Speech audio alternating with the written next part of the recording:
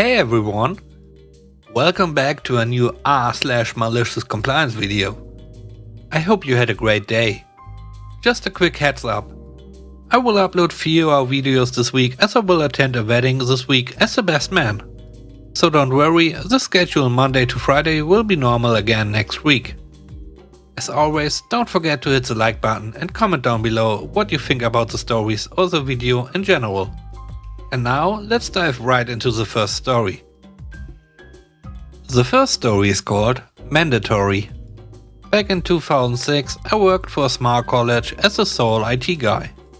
The Christmas party was coming up and I was pretty excited because I always loved the culture of these things and was amped to go. The thing I didn't realize was that they wanted me to set everything up and maintain it while the party was going on. Essentially telling me I was working for free.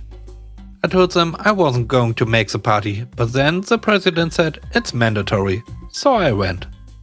I clocked in and had a blast. Probably the easiest 5 hours of overtime I've ever earned.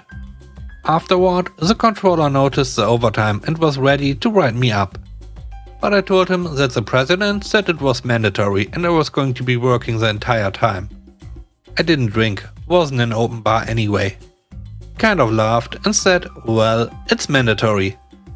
So we have to pay you. Good thing the controller took it so easy.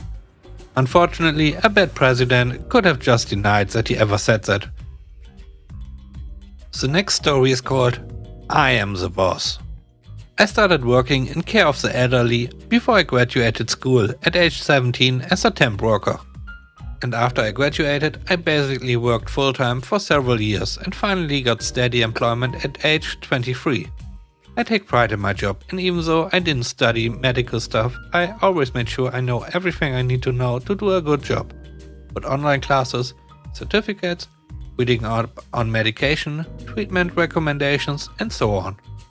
Everything was going well, despite me having 4 different bosses in the first 5 years of work. No one wants to be the boss here. Economically speaking, it's a sinking ship, since it's government run and dependent on tax money. Then, Lena, the friendly boss, joins the story. She asked me to move over to a new department the state was now by law obligated to provide: short-term care.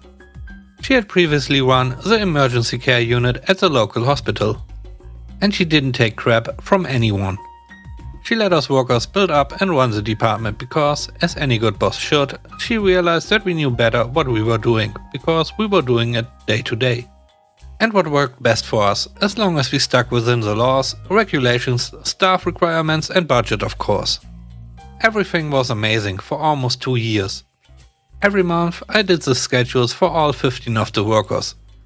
I did daily planning for all patients. I was in charge of all documentation and all new guidelines and protocols being implemented, since the care provided was brand new in our area. Then the day of the great sadness came. Lena declared that she was leaving, since she'd been offered a job as the head chef of the local hospital. All of us were devastated to see her go, but I mean, good for her. That's when Kasia enters our story. She was already the boss of all the normal elderly care units where I'd worked before. I had already moved on to short-term care before she was hired as a boss, and we had heard exclusively bad things about her. We heard she would always do what she thought was the right thing to do, which was almost exclusively wrong because she was underqualified, had no experience from the actual work and was just a bad person in general. During our first staff meeting, she told us, either you are with me or against me. And the people who are against me I will drown in our local lake. Okay, great start. I then tried to explain to her that with our previous boss we had worked with trust since Lena had an understanding that we workers actually know what works best in our own department. Kasia instantly shut it down. No, I am the boss. I set the protocols. I decide how my departments run. Yeah, of course. But I'm just saying we've been working like... No! I'm the boss. I'm in charge. And so it began. Kasia started changing the schedules, the protocols, the staff requirements, the daily rehab schedule, and even the food schedule. And she lowered the required medical competence to work at our unit. This means there were people working with us who had no prior experience in the job, had no prior experience in the field, barely spoke the language, and so on. Keep in mind, we had to do evaluations, rehabilitation, and so on. Kasha started to try to micromanage everything we did. Literally everything. She cancelled all the activities we did for the whole business, like movie nights, summer cafe outdoors, walks, store visits, everything. All without cost to the business. She stated that we are no longer allowed to finish the schedules on our own and gave us 2 weeks less to finish them. This means we now have 1 week to input the schedule, try to settle it between us 15 people and then hand it to her. She'd finish it and hand it to us the day before it went into effect. And 8 of 10 days shifts weren't covered, or we were 6 people working the same weekend, supposed to be free. So I told Kasha that I've been managing the schedule for years and was happy to keep doing it and that she'd still have it 2 weeks early. I told her that our activities were 100% within paid hours and no strain on the day-to-day normal business, and we want to keep doing them. No. I told her that we'd prefer to keep doing things as we'd been doing them for years because it worked very well. No. Obviously, I was not pleased. So were my coworkers, but they never spoke up. That was my job, I guess. One thing had been consistent since I started working there 10 years ago.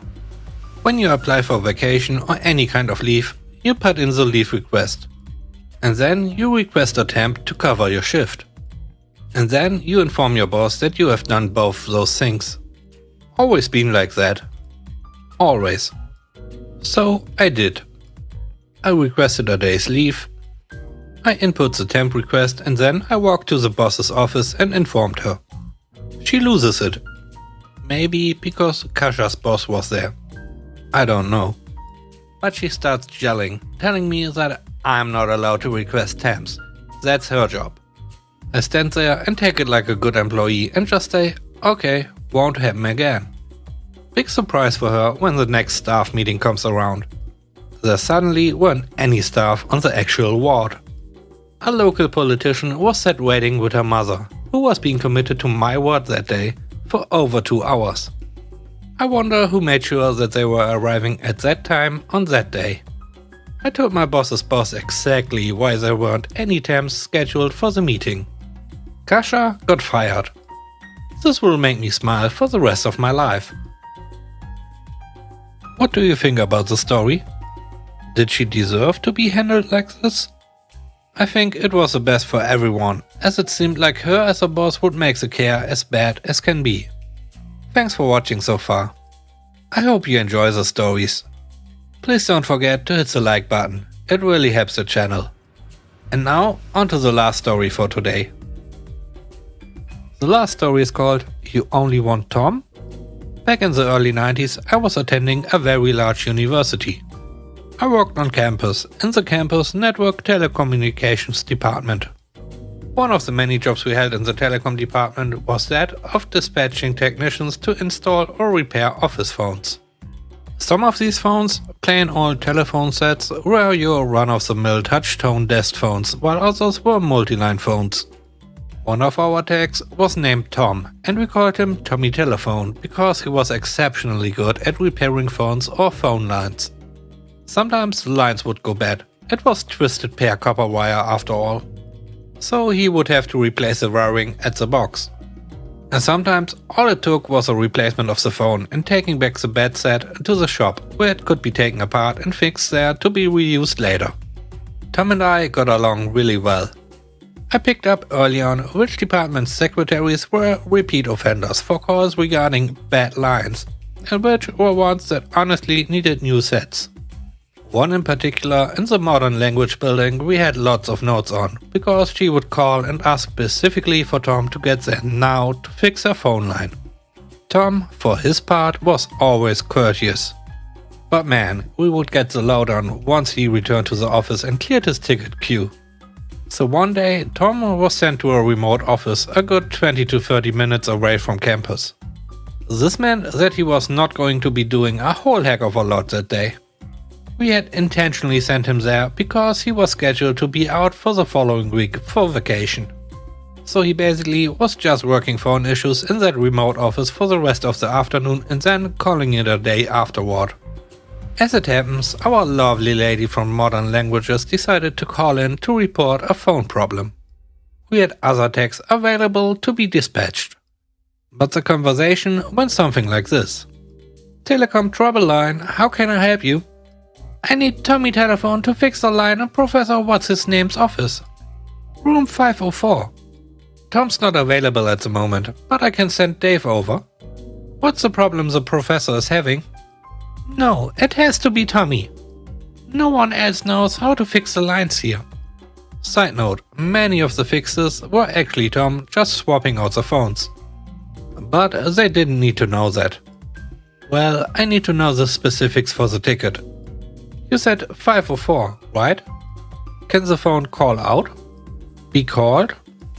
Does it ring? No. When can Tommy get here? I'm sending Dave over in just a bit. He'll be there in 10. No! I need Tommy. Dave won't know how to fix this.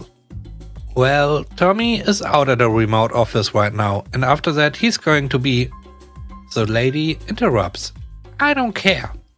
I don't want to see anyone else. Okay, hold on a second. At this point, I put the lady on speakerphone so my manager could hear the rest of this conversation. Okay, so just so I'm completely clear on this, you don't want Dave sent out, you want Tommy. Yes! Tommy is the only one that fixes things. And you are willing to wait until he gets back, no matter how long it will be? Yes! I look over at my manager and he just shrugs and nods affirmatively. Okay, I'll send Tommy out when he gets back. It might be a while. Yes, what's so hard about this? Put me at the top of his list. At this point, I gave the lady the ticket number and put the ticket in Tom's inbox with a note that said, do this one first. The manager told us that since it was Friday, if the lady called back next week demanding Tommy, we were to tell her that she's the first one on his list when he gets back from vacation, per her request. And if she wanted to have someone else come out, like Dave, we need to cancel the old ticket and open a new one, and someone would eventually get there. She called twice on Monday and once on Tuesday, all 3 times not during my shift, and didn't call again until after Tommy returned a week and a half later. When Tom did eventually get out to room 504, he said that the actual problem was that the phone cord to the back of the phone wasn't plugged in all the way. So he just reseated it and voila, it worked. Then he asked me why Dave didn't get sent out. Well, according to her, you are the only one that fixes things. So she had to be the top of your list. What about the professor whose office that was? He just went next door to the vacant office in 503 and used the phone in there. Thanks for watching the video. I hope you enjoyed it. If you did, please leave a like. And if you want to see more videos, don't forget to subscribe. Have a great day and stay safe. Bye bye.